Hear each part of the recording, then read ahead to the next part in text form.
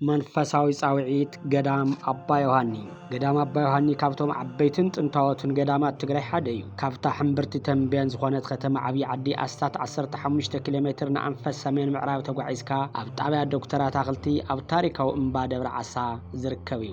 ገዳም ኣባ ዮሐኒ ብዘለዎ ተፈጥራዊ መልክዓ ምድራዊ ኣቀማምጦን ብርሕቐት ኮይንካ ብዝርአ ጻዕዳ ቀለም ዝተቐብአ መእተዊ በሩን ፍሉይ ጽባቐ ዝተዓደለ ተባሃገን ተሃራፍን ገዳም እዩ። ገዳም ኣባ ዮሐኒ ኣስታት 150 ሜትር ንውሓት ኣብ ዘለዎ ህልም ዝበለ ገደል ዝተሃነጸ ኮይኑ ውሽጣዊ ጽባቐኡ ናይ ኣሰራርሓ ጥበቡን ታሪካዊ ትሕዝቶን ርኢኻዮ ዘይምነው ቀልቢ ውሽጢ ዓድን ወጻእና ጋይሽ ዝስሕብ ብፍሉይ ጥበብ ዝተሰርሐ ገዳም እዩ። ገዳም ኣባ ዮሐኒ ዋላ እኳ ኣብ ገደል ዝተሃነጸ እንተኾነ ውሽጢ ንውሽጢ ብዝገርም ጥበብ ካብ ከውሒ ተፈልፊሎም ዝተሰርሑ መዳይቦ ደረጃታት ዘለውዎ ብምዃኑ ንምድያብ ዘየጽግም ኩሉ ሰብ ኣናእሽቲ ይኹኑ ዓበይቲ ዝኣትውዎ ብምዃኑ ክሳብ እግሪ እቲ ገዳም መኪና ስለ እተኣትዎ ናይ እግሪ ጉዕዞ ዘይብሉ ምዃኑን ካብ ካልኦት ገዳማት ፍሉይ ይገብሮ። ብሓጺሩ ገዳም ኣባ ዮሐኒ ካብቶም ኣብ 50 ክፍለ ዘመን ከም ዝተሃነጹ ዝንገረሎም ጥንታዊ ገዳማት ሓደ ኮይኑ ዓመታዊ ክብረ በዓሉ ሕዳር 5 እዩ ዝኽበር። ስለዚ ኣቀረባ ርሑቕን ዘለኹም ተኸተልቲ ተዋህዶ ኦርቶዶክስ ዝኾንኩም ኣብ ዓመታዊ ክብረ በዓሉ ተረኺብኩም ናይ ጻዲቁ ኣባ ዮሐኒ በረከት ተኻፈልቲ ክትኾኑ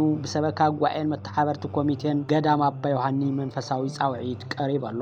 ካብዚ ብተወሳኺ እዚ ገዳም ከምቲ ኣብ ምስሊ እትርእይዎ ዘለኹም መብራህቲ ዘይብሉ ኣብ ጸልማት ዝነብር ስለ ዝነበረ እዚ ጸገም ንምፍታሕ ዓመታዊ ክብረ በዓሉ መብራህቲ ኣትይዎ ንክውዕል ኣብ ውሽጢ ዓድን ወጻእን ዘሎ ህዝቢ ብምትሕባር ብዝተረኸበ ገንዘብ ፓሎታት ተዘርጊሑ ይርከብ። ይኹን እምበር ናይ ገንዘብ ሕጽረት ስለ ዘጋጠመና ትራንስፎርመር ክነእትው ኣይከኣልናን። ስለዚ ንዕለት 30 ጥቅምቲ ሰዓት 2 ፈረቓን ኣብ ከተማ ዓብይ ዓዲ ባህላዊ ኣዳራሽ እንዳሎ ማስገዶም ናይ እቶት ምትእኽኻብ መድረኽ ተዳልዩ ስለ ዘሎ ኣብቲ መድረኽ ንኽትርከቡ መንፈሳዊ ጻውዒትና እናቕረብና ብኣካል ክትርከቡ ዘይትኽእሉ ድማ ኣብ ዘለኹም ኮይንኩም ብሒሳብ ቁጽሪ ንግዲ ባንኪ ኢትዮጵያ 1,673,23,22,36 ዓቕምኹም ዝፈቐዶ ንክትሕግዙና መንፈሳዊ ጻውዒትና ነቕርብ። ምስ መንፈሳዊ ሰላምታ ኣባላት ሰበካ ጉባኤን መተሓበርቲ ኮሚቴን ገዳም ኣባ ዮሐኒ